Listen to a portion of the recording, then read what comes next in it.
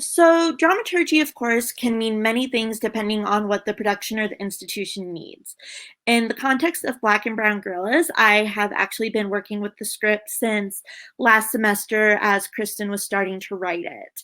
And throughout that process, I've done a multitude of things. I've helped provide research. I've helped be a second set of eyes on the text. I've also sat in on the rehearsal process pretty much nightly and just been there for table work and discussion and helping unpack it. In regards to this being a new script, there's a lot more of that when you're going through a rehearsal process for a play that's in development. There's a lot more table work, a lot more discussion, because you don't have precedent for the characters.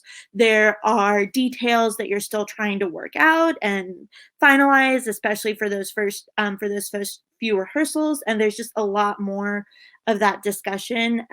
So as a dramaturg, I've been a participant in that, and it's been a great process. Really love the team.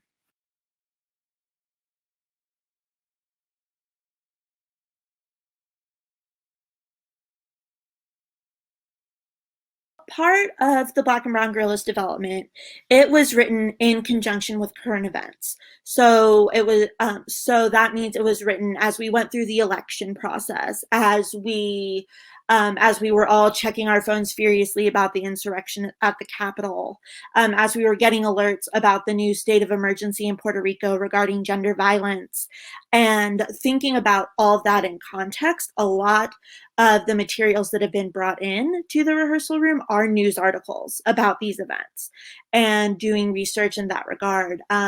Kristen's also been using her Citizens app to track neighborhood events and neighborhood incidents that get reported there. There's also been some foundational research in regards to policy. In particular, one of the things we looked at was thinking of the Black and Brown Gorillas as a bit of a militia, as a group that was trying to organize and trying to protect themselves and their community. One of the biggest questions we talked about in the rehearsal room was whether or not they should be armed and how to arm them. And I did a bit of a deep dive into gun ownership policy, because we did decide that if they were going to be armed, it was very important for the movement and to the characters that are leading the movement, that it all be legal. And that part of protecting the organization and fighting for the cause was to make sure that that was not something easy that they could be caught on. So we found a specific type of licensure that worked, that made the most sense for the structure of the organization, and gave us some insight as well into how the Black and Brown Gorillas recruitment process worked. And there have been and also one of the characters, Willow, is a Puerto Rican artist, is a Puerto Rican poet, performer, and she ends up using some of her resources as an influencer to support the movement. And in exchange for that, they get involved in Puerto Rican issues specifically. So there's also a lot in the play about Puerto Rican history and about Puerto Rican U.S. relations, that we did some research on.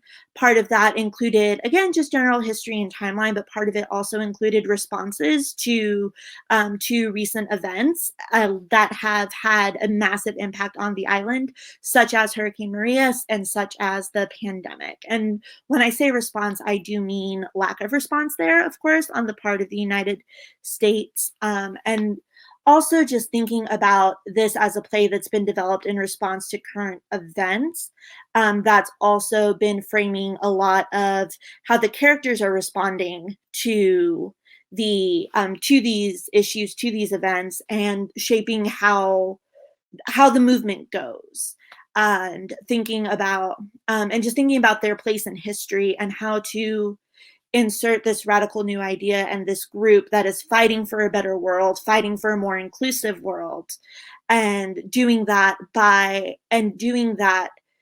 best way each of these characters know how. And thinking about this, about the two approaches of bucking the system and working within the system that we see in the play, and what that looks like in our current sociopolitical context as it has been rapidly evolving over the past year.